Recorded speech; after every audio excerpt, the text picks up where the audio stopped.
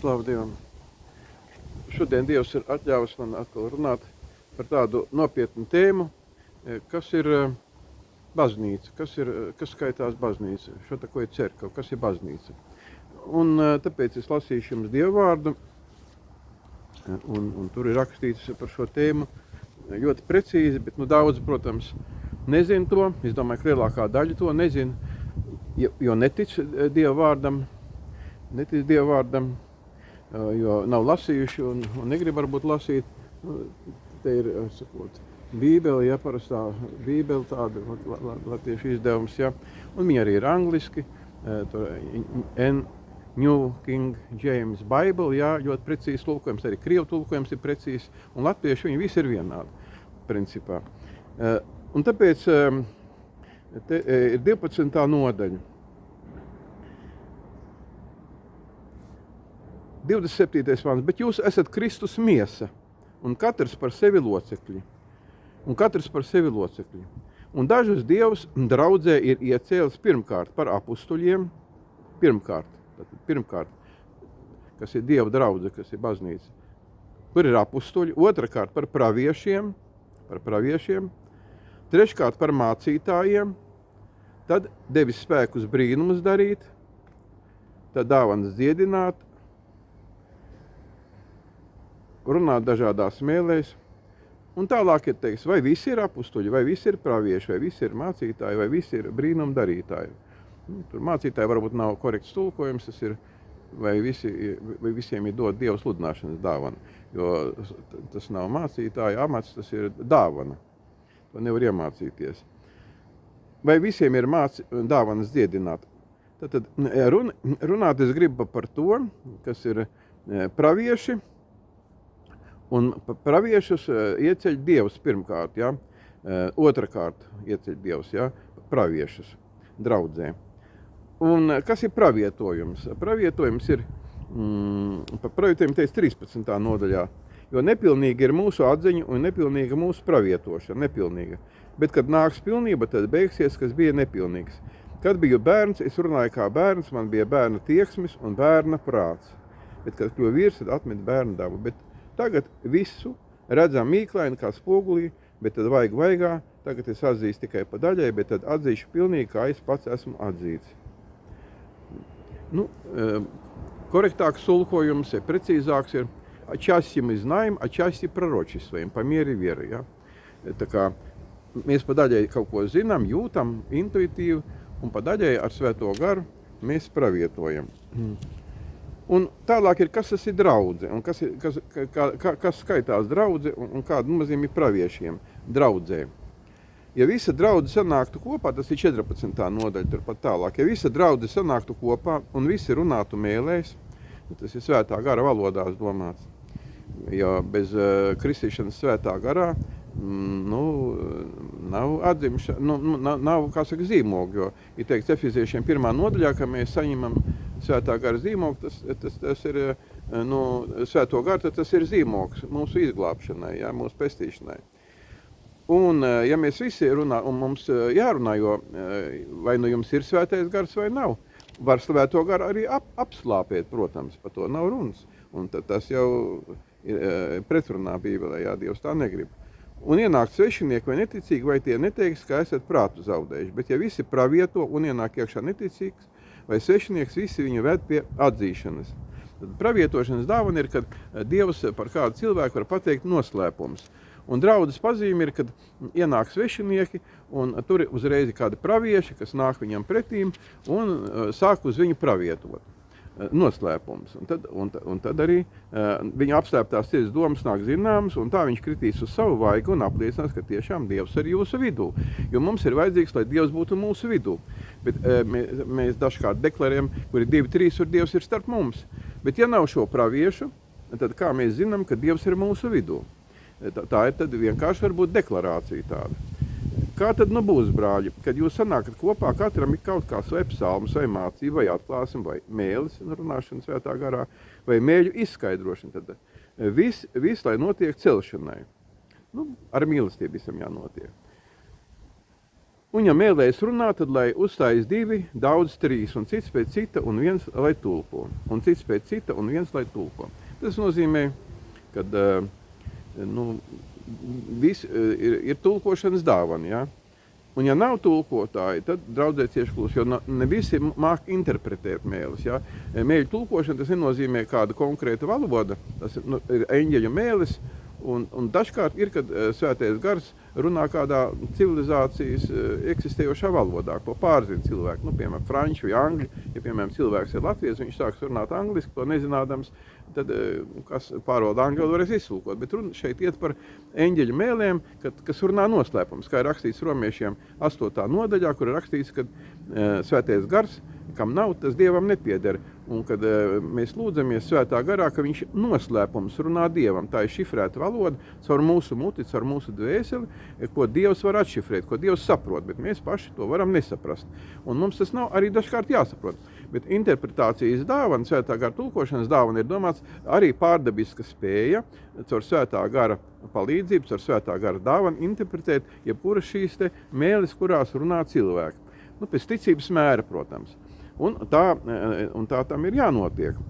Un ja nav tulkotāji, lai tie cieši klusu draudzēm. Bet pravieši, lai runā 2 vai 3, un citi, lai apspriež. Tad praviešu loma draudzē ir tāda, kad viņi ir, var teikt, pēc apustuļiem pirmā vietā. Labi, es nezinu, nerunāšu tagad par apustuļiem, jo Dievs arī apustuļus izsūta darbam. Viņiem ir zināmas dāvanas, tas nav tikai nosaukums, tur iet līdz zīmes un brīnumi, dziedināšanas iespējams un visādas citas praviešu dāvanas, vēl kaut kas, tie ir apustuļi.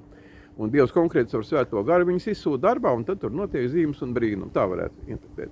Bet draudzē pravieto 2 vai 3 pravieši. Tas ir normāli, ja? Tas ir normāli, un pārējiem tad ir jāklausās. Tas ir dievkalpojums. Tad dievkalpojuma kārtība nav kaut kāda pātera skaitīšana vai kaut kādas lekcijas lasīšana, ka tur atnāk kāds gudrinieks, kas ir beidzis semināru, viņš kad sāks jūs mācīt. Bet tā ir Dieva darbība, jo ir teicis bez atklāsmes no augšienes, ja to Salamans saka pamācībās, tauta ir, nesavaldīga vai grēkos dzīvo, bez atkaņa sveša narod ņābuzdan. Un tāpēc mums ir vajadzīga atklāsme no augšienes, tas ir pravietošana. Kad atklāj šos sirds noslēpumus, grēkus, vai kādā cilvēks ir stāvoklī, ja viņš vienmēr aiziet uz dievkalpojumu un neko Dievs viņam neatklāja, tad viņš tikpat kā pa tukšo ir aizgājis varbūt zināmā mērā. Jo ir vajadzīgs rentgens slimam cilvēkam, lai uzzinātu, vai viņš ir vesels vai slims. Ja, piemēram, pārbaudīja kādreiz masveidā plaušas, tuberkulozi, tad gāja uz fluorogrāfiju. Ja? Un šī gadījumā šī nav fluorogrāfija, bet tas ir svētā gara praviešu dāvana, kas uz cilvēku, kad uz cilvēku runā pats Dievs caur trauku, caur Dieva trauku. Un tas skaitās dievkalpojums. Nevis cilvēku kalpojums, kad cilvēks uzvelk tur melnus lindrakus, tur krustu, varbūt kaut kādu zelta vai kādu, un viņš esmu mācītājs un tā tālāk tur pasludina tā. Bet Bībelē teica tā, Kristus, nesauciet neviens pa mācītāju, nesaucieties neviens pa mācītāju, bet daudz pārgalvīgi sludinātāji saka, kas tu esi? Es esmu mācītājs. Jā, redziet, ir jābūt savaldīgākiem Dievu priekšā, jo Dievs mūs brīdina, ka viņš ir uguns ēdošs. Un tāpēc ir jābaidās nevis cilvēku, ko jums pateic, bet Dievu ir jābīstās, jo viņš ir uguns ēdošs. Jā. Un Dievs runā uz mums ar savu vārdu, ko es jums lasu.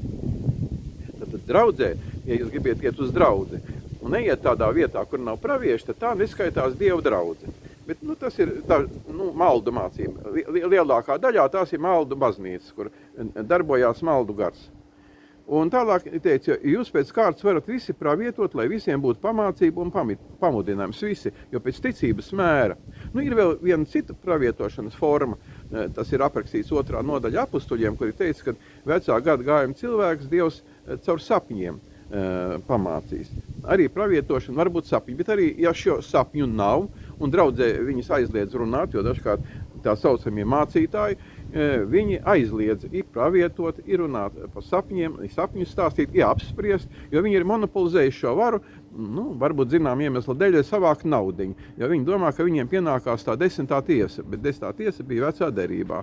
Bet jaunā derībā teica, ka lai vāc to naudiņu labiem darbiem, kam kas trūkst, un pašiem jāstrādā savām rokām. Nu, protams, ja draudz ir liela un tā nolēma finansēt draudz, kā saka, kalpus, tur nekādas pretrunas nav Bībelē. Kas ar tā muti nevar aizsiet. Protams, tā var būt, jā. Bet, dažkārt šie saucamie mācītāji, viņi nav spējīgi novest draudzi līdz Dieva vārda izzināšanai un patiesībai, bet viņi ieved maldu mācībā, jo viņi ir pakļauti maldu garam. Viņi nekā nezina ne par svētā gara dāvanām, un viņiem pašiem nav iespējams pat svētā gara. Viņi iespējams nerunā ne mēlēs, ne arī lūdz par svētā gara dāvanām, un tāpēc cilvēki ir nonākuši lielos maldos un iet taisnā ceļā iespējams uz elli, jo bez atklāsmes no augšienes tauta dzīvo grēkos. Tā stāv rakstīts, narotņā buzdan, bez atklīņa svīši. Un tālāk teiks, tātad cievas, lai draudzi sapulcējuši tieši klusu, kā tas parasti visās ticīgo draudzēs, jo tām nav atļauts runāt. Bet jābūt paklausīgām, kā arī bauslība nosaka. Bet, ja tās grib ko zināt, lai prasa mājās saviem vīriem. Un tālāk teiks, kas sevi tur par pravietu vai gara cilvēku, tam jāatzīst, ka tas, ko es jums rakstu, ir tā kunga pavēle, 37. pants. 37. pants. Tad redziet, te rakstīts ir 37. pantā, ka tā ir Dieva pavēle. Neviens vienkārši, viņš tev pavēl.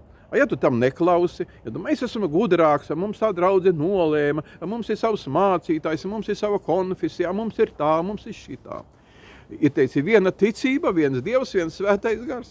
Vai nu jūs paklausieties Dieva vārdam un Dieva pavēlēm, vai nu jūs vienkārši esiet apmaldināts. Galatiešiem 1. nodaļā teica, ja pat pie jums atnākšu es, Pāvils saka, vai eņģelis no debesīm mācīs ko citu, anafema. Viņš ir zem lāsta, tas cilvēks vienkārši. Tad arī jūs esiet zem lāsta, ja jūs to pieņemiet. Ja jūs nepieņemiet Dieva vārdu, bet pieņemiet šo malda mācību, kas neatbilst šim te rakstam, kā jābūt visos svēto draudzos, jūs esiet iespējams nolādēts jau.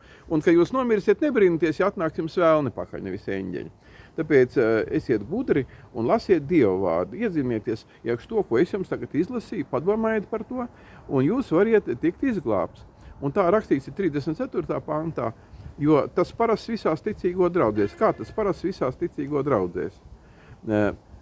Un krieviski tulkojums ir precīzāks. Так бывает во всех церквях у святых. Так бывает во всех церквях у святых. Kad ir svēto draudzes, ir svēto baznīca un ir grēcinieku draudzes. Tad, ja jūs sevi uzskatiet par svētu cilvēku, teiks, ka grēcinieki debesīs neies iekšā, ja jūs vienkārši uztaisiet dievkalpojumu par balagānu, par kaut kādu teātri vai izrādu un tā tālāk. Un tagad mums ir iespēja palūgt Dievu, nožēlot grēkus, pateikt, ka Dievs kungs piedod man, tas jāsaka ar saviem vārdiem, no visas savas sirds, kad es esmu maldījies, kad es esmu neticējis tavam vārdam, un dod man, kungs, ticību, jo tā nāk no svētā gara, dod man svēto garu, kungs, jo stāv rakstīts klaudziniet, un Dievs jums dos svēto garu ticībā, jā, dod man svēto garu, un es nožēloju to, kad es kādreiz esmu varbūt kādu apsaukājis, kas runā mēlēs un nevar iztulkot, tāpēc, kad es esmu apsaukājis faktiski svēto garu, piedod man, kungs, to. Es to nožēloju, visus savus grēkus savā dzīvē. Kungs, dod man, ka es varu notkristīties ūdenī un lūgt par svēto garu un par svētā gara dāvanām, lai ietu tādā draudzē un tu man uzrādi, kur tāda draudze vispār ir Latvijā, kur tāda ir, jo es arī domāju, ka tāda ir liels retums. Jā, tas ir jāmeklē. Ja pašiem jābūt gataviem lūgt Dievu, jebkurā draudzē, es tā domāju, tāpēc, ka mums ir tāds stāvoklis, kad Latvijā šīs draudzes faktiski ir izzuduši. Viņas kādreiz bija kaut kur, varbūt ir vienā otrā vietā, bet priekš visiem tas nepietiks. Tāpēc katrā vietā, kurā jūs ejiet, vajag sasaukt brāļu sapulci, aprunāt Dievu vārdu, gavēt, lūgt un iestāties arī par tiem, kas jau sauc par mācītājiem. Viņiem varbūt ir dots vairāk talantu nekā jums, lai viņi sasniedz šīs dāvanas, lai viņi lūdz par šīm dāvanām, nožēlo savus grēkus un nemaldina nevienu vairāk. Bet ļauj visiem izlasīt Dievu vārdu, lasiet Dievu vārdu atklāt un nebaidieties nevienu, jo jābaidās ir tikai Dievs. Un lai Dievs jūs svētī un izrāda visādas lāsas pret jums, visādas ļaunos garus un burvestības garus pret jūsu draudzēm, pret jūsu dvēselēm, pret jūsu mājām, lai jūs variet variet izglābties un iet mūžīgā dzīvībā. Mūsu kunga Jēzus Kristus vārdā esiet brīvi un svētīti, un jūsu draudzes, tāpat, kur jūs ejat, lai ir brīvs un svētīts un darbojas brīvība, lai visi sātana šķēršļi, mākslīgie šitie tīkli visādi no sātana un maldu gari tiek padzīti Jēzus Kristus, kunga Jēzus Kristus vārdā. Āmen!